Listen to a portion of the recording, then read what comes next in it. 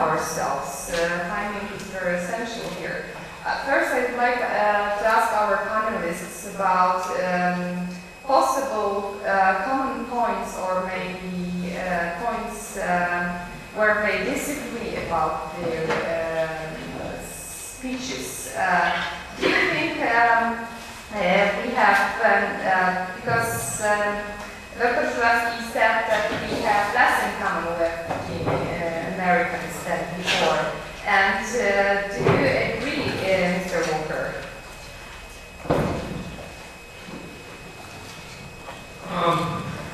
Less in common.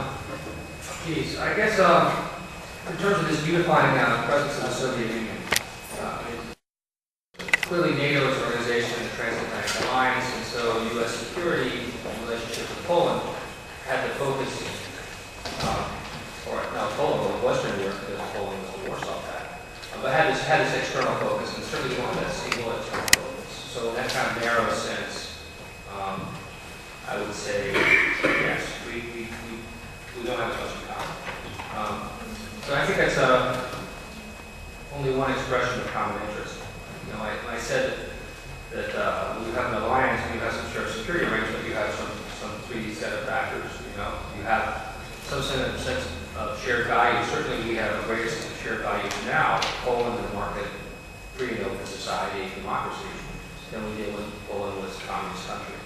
Okay, so certainly our shared values are different. Poland is the West. Poland is not behind the curtain anymore. So I would say we have more in common in that sense.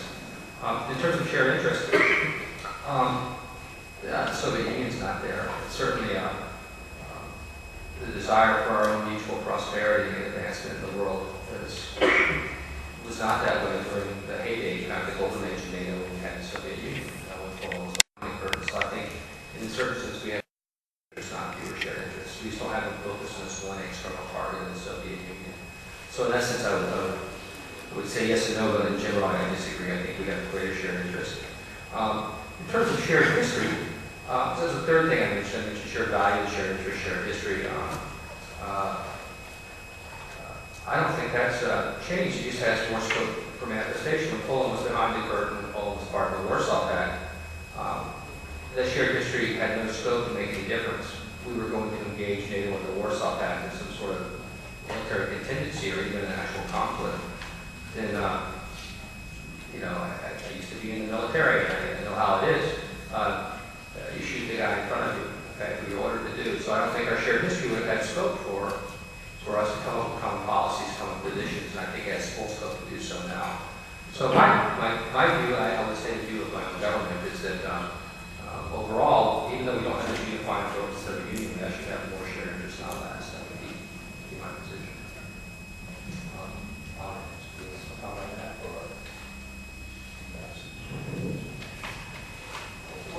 I have nothing to add. From my point of view, the engagement of the United States is very crucial for our security, and it's not only military aspect of engagement. I would say more even the economic one. I think that we are underestimating the American engagement in non-military affairs. First of all, from the, I would say, so broad security point of view, mainly in the economic sphere.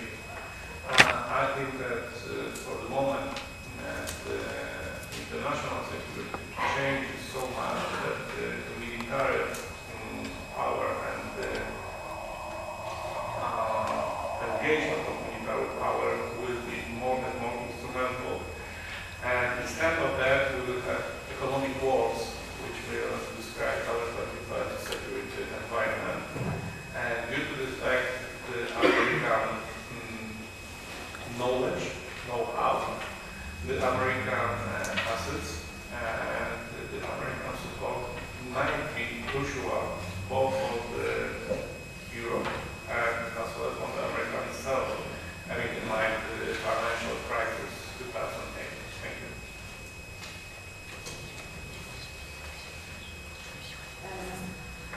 Okay, so we have still share common interest. That's very important. And also we start to share common history because we have so many things in common when it comes to even military actions. But I wonder, how is Poland perceived from American perspective today, in 2011? Is it just seen as an American ally in Afghanistan, or maybe something else? Well, you know, at any moment in time, single issues will drive relationships. Certainly we have a very common involvement in our soldiers are at risk, our soldiers are dying, we're fighting a war together. So of course it's to be expected that will have a certain lens. But let me rephrase the question, because before I suppose begin speaking to you here, I had a very brief press interview out in the hallway.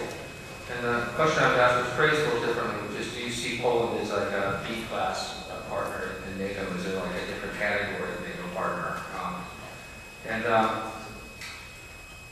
I answered it two ways, and I think this would be not me personally, but the way we look at it as Americans, the way our government looks at it.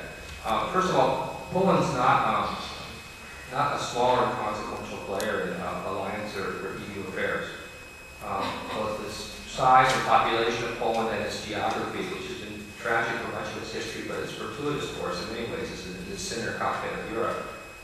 It simply inserts itself in any political debate. Poland is almost never a silent partner in any controversy or issue.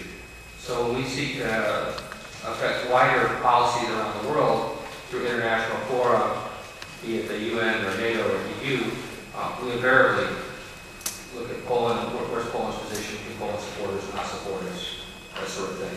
So even though states we don't directly touch on an interest, we have an interest in Poland's position. And then there's the fact that Poland is a willing partner, not just in Afghanistan. But Poland views what influence it might have. It wants to be active with its influence, even something that we're not directly involved with, like, for example, the European Battle Group, which will be a function of the common security and defense policy of the EU, which Poland has set for itself to be one of the three most important subjects of the EU presidency starting in July. In that, when the Polish, French, and German foreign and defense ministers wrote a letter to Lady Ashton in Brussels, they had this underlying phrase in there saying we want to make sure that when we have our battle group in 2013, the Weimar battle group, that it can be used. So Poland is a country that sees itself not as passive but as active in the world. That's a very useful partner in many ways for us. And we see that Poland wants to be active, wants to influence events in its own interests and for our common interests. So we certainly see that. And then we also see, this is part of this history, you know, it's easy to kind of get romantic about it, going back to Kosciuszko and Żurawski and the American Revolution, but that's real. And, you know, I mentioned that Wilson's 14th point with the League of Nations, but the 13th point was the desire for a pre-independent Poland after the First World War. We do have these historical ties, and we're already in the Cold War. And so that makes Poland, among our transatlantic partners, one of the most Atlanticist in its outlook.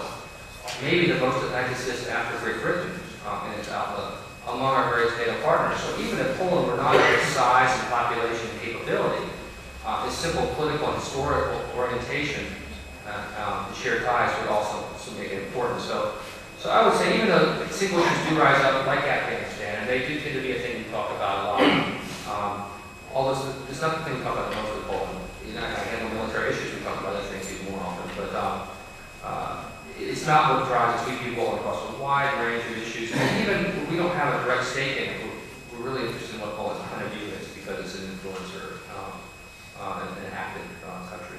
So, I guess that's it. Okay, thank you very much. So maybe I will just ask my very own do you think that, to all of our panelists, do you think NATO should transform its approach to security and put more effort to enlarge this comprehensive security area and, for example, get more involved in missions such as, let's say, traffic mission in the Gulf of Aden. Is it the future for NATO, or will it be still more preoccupied with Article 5, this very traditional sense of security, territorial security? Yes, let's start. Well, I think, first of all, that the role of NATO, like in the Cold War, the military affairs ruling of the military engagement is crucial. But this is only one part of the NATO activeness. I believe that in the 21st century, NATO has to widen the scope of interest. And in my mind, I think that NATO should have the economic factor very much, very large. Why am I arguing this? I believe that now at the moment we are facing with the same situation as we had just after the Second World War, when the Marshall Plan was introduced to Europe and when we had the American support. Now, after the economic crisis in 2008, we have to find the foundations of our stability. We have to find the foundations of our common activeness, engaging military as well as non-military activeness. That means non-military in the economic one.